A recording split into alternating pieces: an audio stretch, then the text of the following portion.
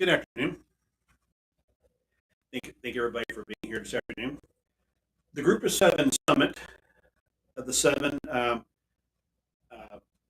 leaders of Germany, Argentina, Canada, France, India, Indonesia, India, Japan, uh, South Africa, United Kingdom, and of course the United States and the EU met for our annual economic summit. There were a lot of issues that were discussed in the summit. Um, One big thing that was addressed, and I think it's very important, is global infrastructure. Um, these growing democracies throughout our world, um, they need help to get established.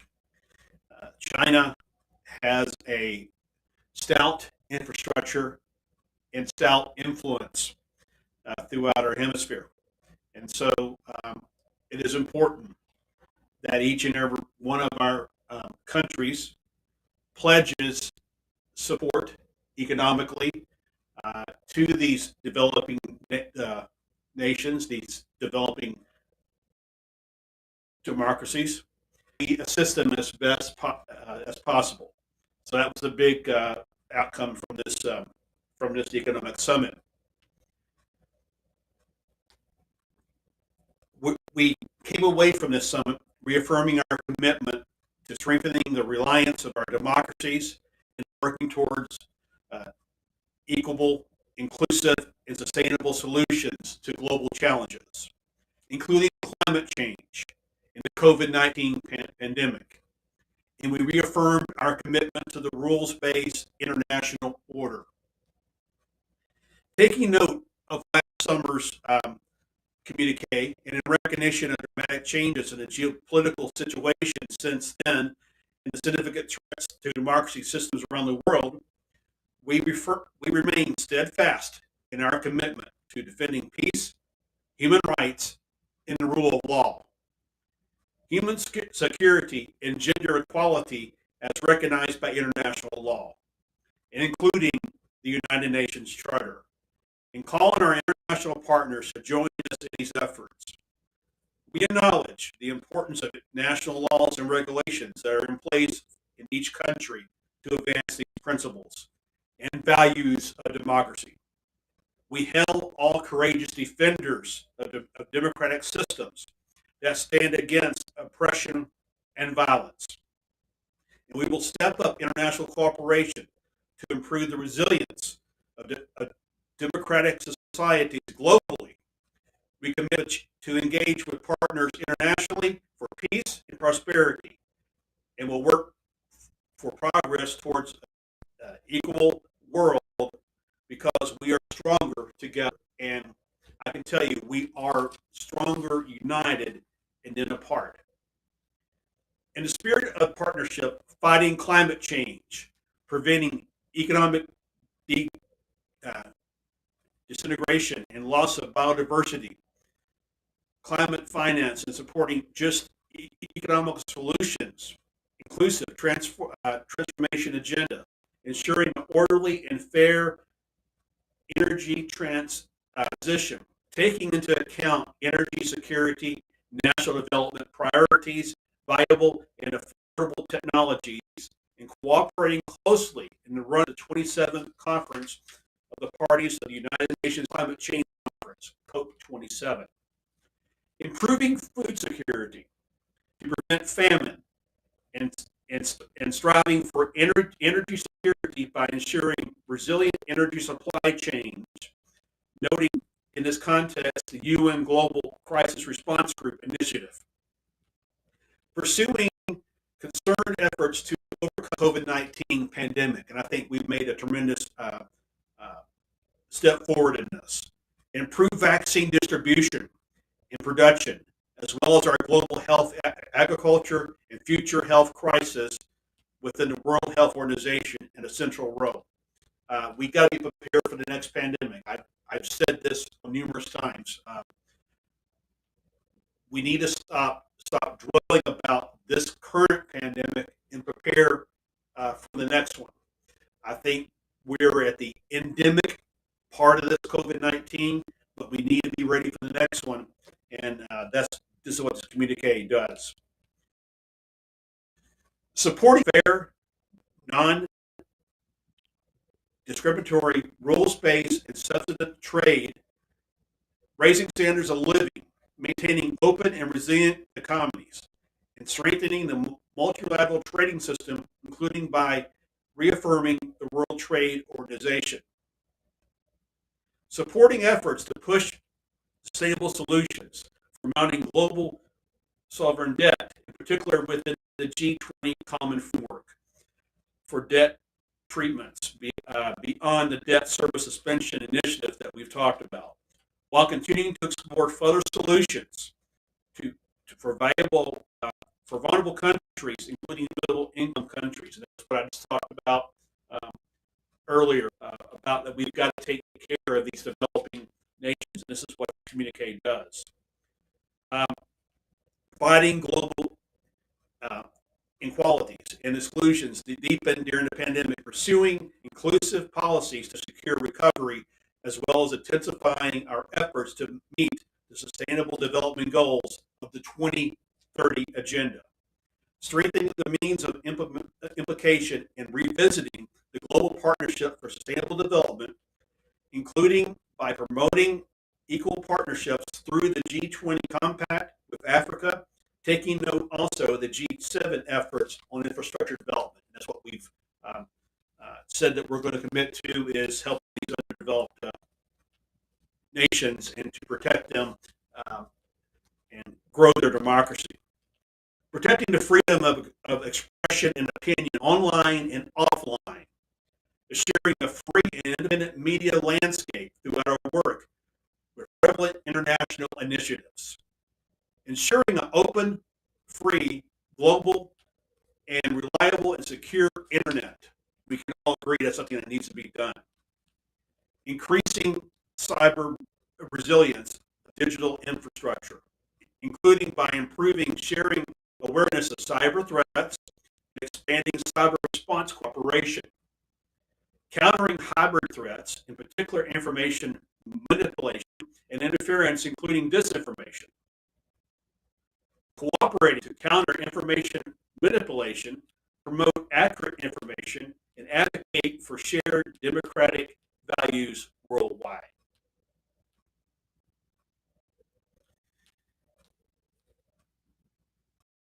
Democracies lay and protect the foundation for free and vibrant civil spaces, enabling and encouraging civil engagement and political participation, which in turn stimulate meaningful legitimacy, creativity, innovation, social accountability, and responsibility. The G7 nations commit to guarding the freedom, independence, and diversity of civil actors, speaking out against threats to civil space, and respecting freedom of association and peaceful assembly. Building reliance against benign foreign interference and acts of transnational repression seek to undermine trust in government, society, and media, reduce civil space or civic space, and silence critical programs for the protection of human rights, defenders of all these exposed corruption, promoting academic freedom, and strengthening the role of scientific evidence and research in democratic debate, protecting civil space, upholding transparent accountability, inclusive and participatory governments, including by advancing women's full, equal, and meaningful participation in leadership and civic and political life. Finally, we talked about inclusion. Democracies promote solidarity and non-discriminatory, diverse, equitable, accessible, inclusive environments, enabling free representation and political participation. The G7 nations commit to protecting freedom of thought, conscious, religion, or belief, and promoting interfaith dialogue, promoting promoting social cohesion, solidarity, and the inclusion of all members of society, online and offline, while denouncing all forms of discrimination and violence. Promoting gender equality and the environment or the empowerment of all women and girls, including through supporting girls' access to education and by promoting gender mainstreaming across all our policies. Now, that's one thing that I'm deeply concerned about, given the events in Afghanistan. And if you look at history, uh, when we went into that region and back in the early 2000s, women were excluded from education. Their job was to stay at home. Their job was not to get out of the house. We are committing to seeing that this is no longer, and that they have full access to education as much as possible. This is something that deeply bothers me with the fall of Afghanistan, that the Taliban, when it came back into that nation, we took 20 steps back from 20 years of work. And I will tell you, it is a priority of my administration to see that everybody who wants an education gets an education. And, I've talked about this several times. The children in our schools, and it doesn't matter if it's in Texas, doesn't matter if it's anywhere else in this country, doesn't matter if it's anywhere in the world, they are our future. And this generation, our generation, owes it to them to ensure that they are properly educated to take over and lead when it's their time. I said this many, many times before. You never know in education who you have in your classroom. You never know if you're going to have a future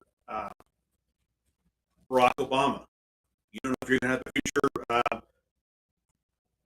court justice. You just don't know. And you are surprised years later when that person achieves something great and grand, such as political office. There's no such higher calling, I believe, than giving back to one's nation, one's community. I think about the story of my mayor back home in Texas. Mayor Proctor and I share a similar background. We went to the same high school, had the same civic teacher. And Mr. Hickey instilled on us that sense of public service, that sense of giving back to one's community.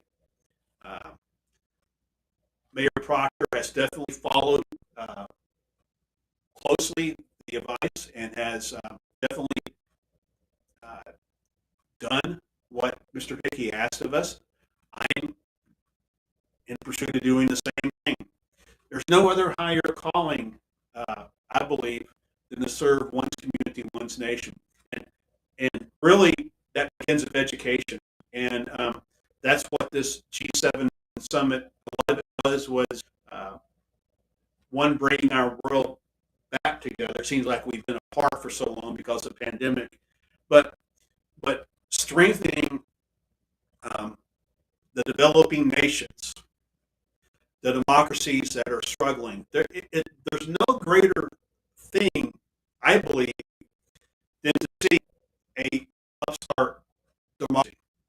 But with that comes an inherent danger. We have other countries that are influencers. China, for one, and maybe secondly, Russia. So the United States, as well as its G7 partners, need to be there to provide the economic, provide that push to get that country up and go and to get developed so that it can see, it can experience what we experienced in the nation for the last 200, excuse me, last 200 years. Um, President Reagan has often called the United States the shining city on the hill. Some people have said in recent years, recent months, that it's not that. I've never, for once, believed it's not that. We are the shining city on the hill that President Reagan um, often talked about and dreamed about. Yes, we have our troubles. We have our difficulties. We have our challenges. But it's all part. And you've heard me say this many times, how it ends today. It's all part of what I call the journey of America. Thank you all very much.